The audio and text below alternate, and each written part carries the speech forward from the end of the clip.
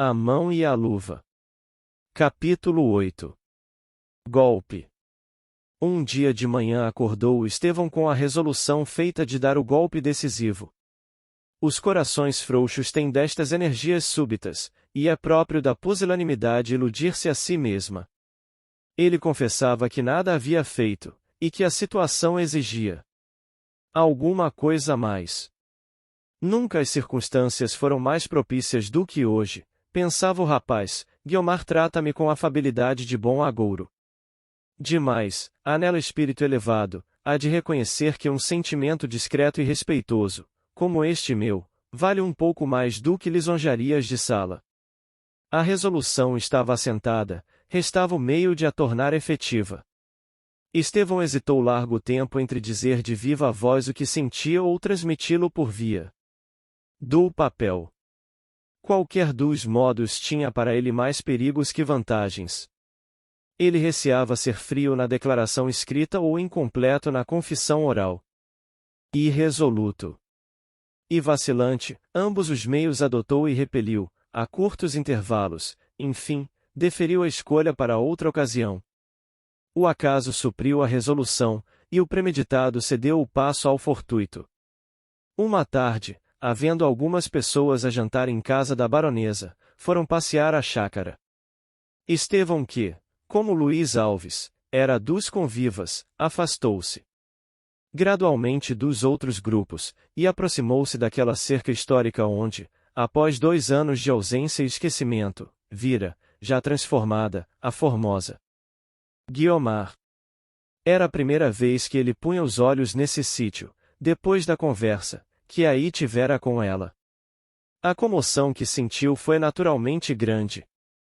Ressurgia-lhe o quadro ante os olhos, a hora, o céu brilhante, o doce alento da manhã, e por fim a figura da moça, que ali apareceu, como a alma do quadro. Trazendo-lhe recordações, que ele julgava mortas, esperanças que supunha impossíveis. Estevão curvou a cabeça ao doce peso daquelas memórias, a alma bebeu, a largos haustos, a vida toda que a imaginação lhe criava e talvez a noite o tomasse na mesma atitude, se a voz maviosa de Guiomar lhe não dissesse a poucos passos de distância: Senhor doutor, perdeu alguma coisa? O rapaz volveu rapidamente a cabeça, e viu a moça, que atravessava uma das calles próximas, a olhar e a sorrir para ele. Estevão sorriu também, e com uma presença de espírito assaz rara em namorados, sobretudo em namorados como ele era, prontamente respondeu: Não perdi nada, mas achei uma coisa. Vejamos o que foi. E Guiomar aproximou-se, passo firme e seguro, e Estevão, sem muito vacilar, ali mesmo forjou uma reflexão filosófica a respeito de um inseto que casualmente passava por cima de uma folha seca. A reflexão não valia muito, e tinha o defeito de vir um pouco forçada e de acarreto. A moça sorriu, entretanto, e ia continuar o seu caminho, quando ele, colhendo as forças todas, a fez deter com estas palavras: E se eu tivesse achado outra coisa? Ainda mais! Exclamou ela voltando-se risonha. Estevão deu 2 passos para Guiomar, desta vez comovido e resoluto. A moça fez-se séria e dispôs-se a ouvi-lo. Se eu tivesse achado neste lugar, continuou ele, longos dias de esperança e de saudade, um passado que eu julgara não reviver mais, uma dor oculta e medrosa, vivida na solidão, nutrida e consolada de minhas próprias lágrimas. Se eu tivesse achado aqui a página rota de uma história começada e interrompida, não por culpa de ninguém na terra, mas da estrela sinistra da minha vida, que um anjo mau acendeu no céu, e que, talvez ninguém nunca apagará? Estevão calou-se e ficou a olhar fixamente para Guiomar. Aquela declaração repentina e rosto a rosto estava tão longe do temperamento do rapaz, que ela gastou alguns segundos longos primeiro que voltasse a si do assombro. Ele próprio admirava-se do atrevimento que tivera, e enquanto pendia dos lábios da moça, repassava na memória, aliás confusamente, o que tão a frouxo lhe saíra do peito naquela hora de abençoada temeridade. Se tivesse achado tudo isso, respondeu Guiomar sorrindo, é natural que preferisse achar outra coisa menos melancólica. Entretanto, parece que nada. Mas achou Duque esta ocasião de falar, com a viva imaginação que Deus lhe deu, num ou noutro caso, porém, posso de certo lastimá-lo ou admirá-lo, mas não me é dado ouvi-lo. E Guiomar ia de novo afastar-se, quando Estevão, receando perder a ocasião que a fortuna lhe oferecia, disse de longe com voz triste e súplice: Atenda-me um só minuto.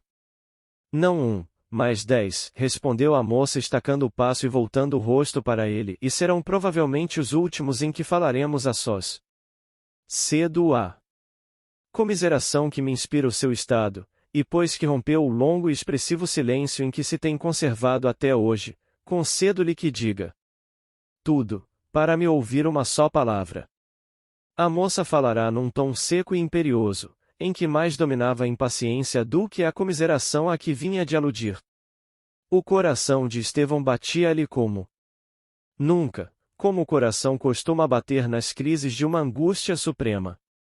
Todo aquele castelo de vento, laboriosamente construído nos seus dias de ilusão, todo ele se esboroava e desfazia, como o vento que era.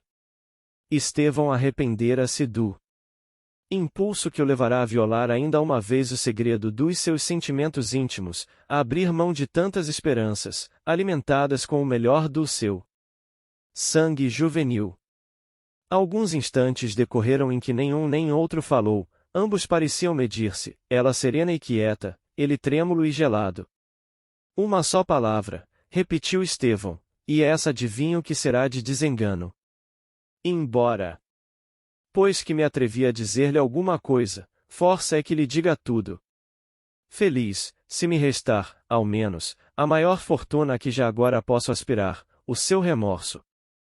Guiomar ouvirá-o tranquilamente, a última palavra fê-la estremecer.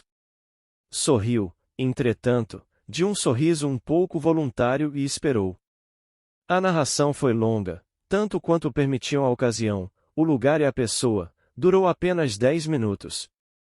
Estevão nada lhe escondeu, nem o amor que lhe tivera outrora, nem o que agora lhe renascia, mais violento que o primeiro, disse-lhe as dores que curtira, as esperanças que afinal lhe enfloravam a alma, tudo quanto empreendera para ter a ventura de a contemplar de perto, de gozar naquele escasso ponto da terra a maior de todas as bem-aventuranças. Tal é a transcrição, não literal, mas fiel, do que disse Estevão durante esses 10 minutos. As palavras caíam-lhe trêmulas e a voz saía-lhe sumida, em parte porque ele forcejava em a abafar, a fim de que o não ouvissem, em parte porque a comoção lhe comprimia a garganta. A dor era visivelmente sincera, a eloquência vinha do coração. Guiomar não ouvirá tudo com a mesma expressão, a princípio um meio riso parecia desabrochar-lhe os lábios, mas não tardou que pelo rosto abaixo lhe caísse um véu mais compassivo e humano. Havia nela impaciência e ansiedade de acabar, de sair dali, era, sem dúvida, o receio de que a ausência se prolongasse de maneira que inspirasse suspeitas. Mas havia também comiseração e piedade. Nenhuma culpa lhe pode caber do mal que tenho padecido, disse Estevão concluindo, sobretudo agora, só a minha cabeça é a causa única de tudo. Parecia-me ver o contrário do que existia, cheguei a supor que havia em seu coração alguma coisa que não era total indiferença, vejo que foi tudo ilusão. O tom em que ele falará era o mesmo das palavras que aí ficam, todas humildes e resignadas, sem o menor laivo de queixa ou de reproche. Uma submissão assim devia por força comover a uma mulher amada. Guiomar falou-lhe sem azedume. Era ilusão, disse ela. O sentimento que me acaba de revelar inteiro, ninguém o recebe ou nutre de vontade, a natureza o infunde ou nega. Posso eu ter culpa disso? Nenhuma. Nem o senhor também, e espero que esta mútua justiça vigore o sentimento de estima que devemos ter um para com o outro. Mas estima apenas, não pode haver outra coisa, da minha parte ao menos. É pouco, de certo. Não é pouco, é coisa diferente, interrompeu Estevão. Mas não espere nada mais, concluiu Guiomar sem ouvir a interrupção. Estevão abriu a boca para falar, mas não achou palavra que lhe dissesse o que sentia, levou a mão ao coração, que batia fortemente, e ficou a olhar para ela. Com os olhos secos e parados, a voz extinta, como se a alma lhe fugira toda. Era claro, depois daquele desengano, que lhe cumpria não voltar ali mais, pelo menos. Com a assiduidade da esperança, e assim era que a única e amarga satisfação de a ver, nem essa já agora se lhe consentia. Dou-lhe um conselho, disse Guiomar depois de alguns segundos de pausa, seja homem, vença-se a si próprio, seu grande defeito é ter ficado com a alma. Criança. Talvez, respondeu o moço suspirando. E adeus. Falamos a sós, mais do que convinha, não sei se outra consentiria nisto. Mas eu não só reconheço os seus sentimentos de respeito, como desejo que estas poucas palavras trocadas agora ponham termo a aspirações impossíveis. Guiomar estendeu-lhe a mão, em que ele tocou levemente. A baronesa apareceu, entretanto, a algumas braças de distância, vinha encostada ao braço do sobrinho, que lhe falava, mas a quem ela já não ouvia. Tinha os olhos cravados nos dois interlocutores de há pouco.